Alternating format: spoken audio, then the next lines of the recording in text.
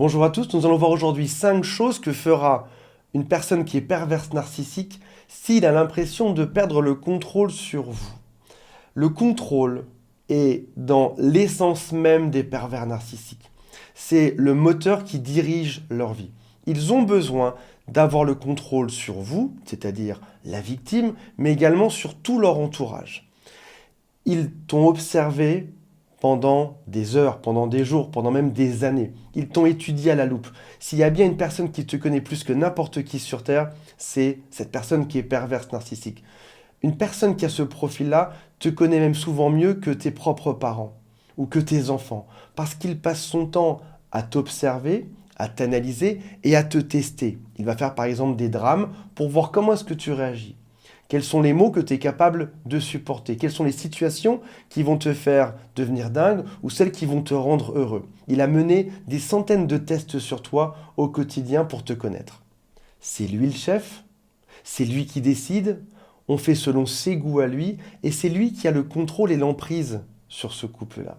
Mais qu'est-ce qui se passe le jour où t'en as marre et t'as envie de partir? C'est ce qu'on va découvrir aujourd'hui dans cette vidéo. Avant de démarrer, si vous le souhaitez, abonnez-vous à la chaîne. Il y a aussi un quiz qui s'appelle « Est-ce que cette personne est perverse narcissique ou pas ?» Et si vous le souhaitez, contactez-moi. Il y a un lien qui est juste en dessous. Si jamais tu pars de ce couple-là, si jamais un jour tu claques la porte et tu dis « c'est bon, j'en ai marre », il va commencer par faire ce qui s'appelle la technique de hoovering. Hoover, c'est une célèbre marque d'aspirateur en Amérique. Ça, c'est le terme américain et on pourrait le traduire en français par aspiration ou aspirateur. Quand tu pars, tu te sens comme aspiré par lui à nouveau. Tu as envie d'y retourner. Son aspirateur est très puissant d'ailleurs. Il t'aspire toi et il va aussi aspirer et nettoyer tous les problèmes qui y a autour de vous.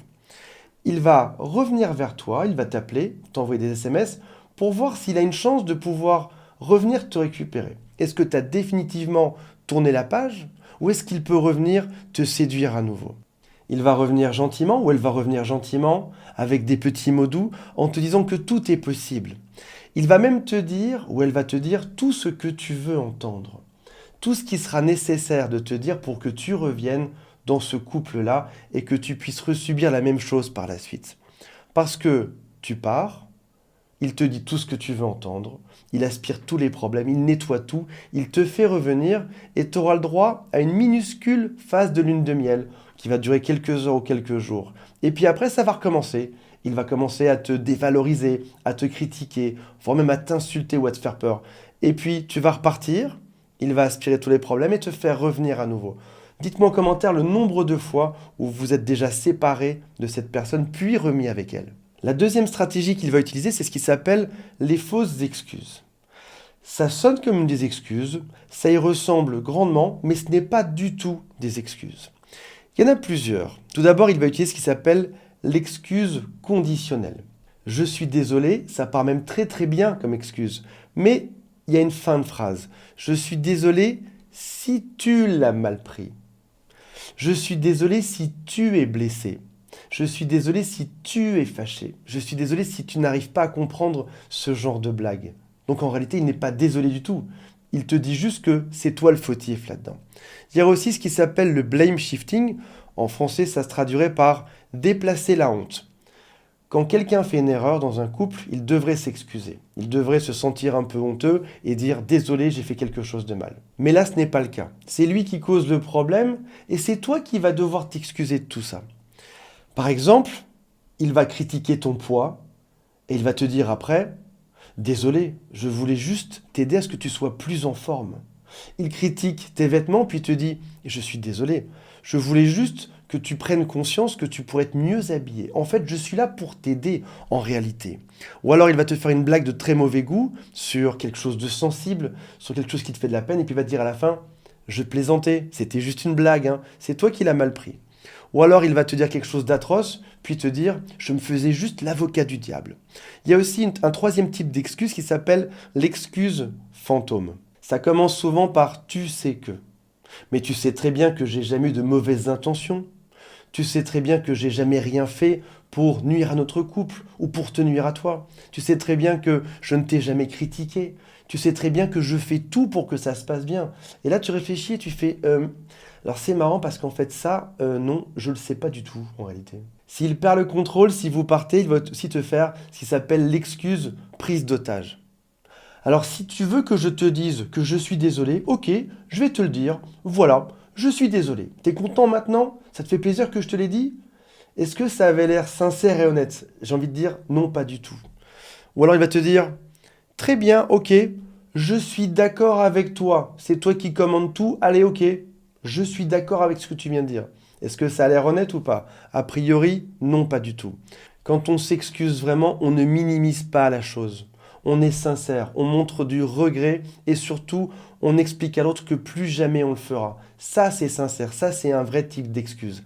Est-ce que vous avez eu ça avec cette personne qui est perverse narcissique? A priori, vous n'avez jamais eu d'excuse durant toute votre relation. En tout cas, jamais d'excuse sincère. Le jour où vous partez en claquant la porte, il va jouer la victime. C'est ce qu'on pourrait appeler de la manipulation émotionnelle. Il va dire par exemple, je n'ai pas mérité ça. T'as vu comment tu t'es comporté envers moi? Alors qu'en fait, non, c'est plutôt lui qui t'a fait ça. Ou alors il va te dire, tu as mal compris. Il va t'envoyer ça par SMS le lendemain. Je n'ai jamais voulu dire ça. Ou alors, en tant que victime, présumée en tout cas, parce qu'il va s'auto-déclarer victime là-dedans, il va aussi te dire 2 jours après par SMS, si tu acceptes de te comporter différemment, alors tout sera possible entre nous. Sachant qu'en réalité, c'est lui qui t'a fait un drame il y a 2 jours, c'est lui qui t'a manqué de respect, c'est lui qui t'a insulté, mais il te dit par SMS, si tu te comportes différemment, alors tout sera possible. Il va te dire aussi qu'il souffre, que c'est compliqué, qu'il ne comprend pas, qu'on est quand même une famille, qu'on devrait faire des efforts pour que ça fonctionne bien entre nous, qu'on n'a pas fait tout ça pour rien. Et toi, tu vas finir par y croire et revenir là-dedans. À chaque fois, il va inverser les rôles. Il va te dire que tu es un pervers narcissique, que tu as tout détruit, mais que tout ça, ça peut se réparer si jamais tu fais des efforts, si jamais tu prends un peu sur toi. Au final, il aura réussi son coup parce que tu vas te poser des questions. Tu vas te dire si ça se trouve, c'est vrai. Tu es probablement une personne qui a beaucoup d'empathie, beaucoup de gentillesse, beaucoup de patience, et tu vas te dire peut-être que je dois faire des efforts et que finalement il a raison. Et tu y retournes, t'es accueilli à bras ouverts, en 1 seconde, c'est bon, tu peux revenir, mais quelques jours plus tard, ça va recommencer exactement comme avant. Si tu mets fin à son contrôle, il y aura aussi des menaces. Lorsque tu reprends le dessus, il va te dire attention, tu ne reverras jamais tes enfants, ou alors je vais tout te prendre. On va divorcer, je vais tout te prendre, tout ton argent. Ou alors notre famille sera détruite à vie. Ou encore, je vais dire à tout le monde quel type de personne tu es réellement. Est-ce que vous l'avez eu, celle-là? Elle est assez classique. Tu sais pas vraiment de quoi ça parle, mais il va tout révéler à tout le monde. Il va dire à tout le monde qui tu es réellement. Et ce qui est rigolo là-dedans, c'est que ce genre de phrase serait plutôt valide pour lui en réalité. C'est lui qui se comporte bien en société et qui te fait la misère quand la porte de chez vous est fermée le soir. Mais là, il inverse le tout. Et il te fait croire qu'il va révéler à tout le monde qui tu es. Tu seras peut-être même curieux de savoir ce que c'est. Il y aura aussi beaucoup de fausses accusations. Il va inventer 1000 choses. Et puis, un jour, tu partiras pour de bon. Parce que tu en auras vraiment marre. Ce sera la 100e fois qu'il y a une rupture amoureuse, que vous recommencez à vous mettre ensemble, t'en pourras plus et tu partiras. Et va démarrer ce qui s'appelle la campagne de dénigrement. Les rôles seront clairement inversés. Il va raconter n'importe quoi à tout ton entourage sur toi. Il va se faire passer pour la victime, dire qu'il a beaucoup souffert de cette relation, qu'il a eu de la chance d'en ressortir vivant, que t'es un monstre, que t'es une femme folle, que t'es complètement dingue, qu'il a vécu un enfer avec toi et pourtant il a tout donné pour que ça fonctionne. Il y croit tellement quand il dit ça dans son cerveau détraqué que les autres finiront peut-être par le croire. Le premier objectif, c'est de te faire souffrir. Finalement, c'est juste la continuité de votre couple, même si vous n'êtes plus ensemble.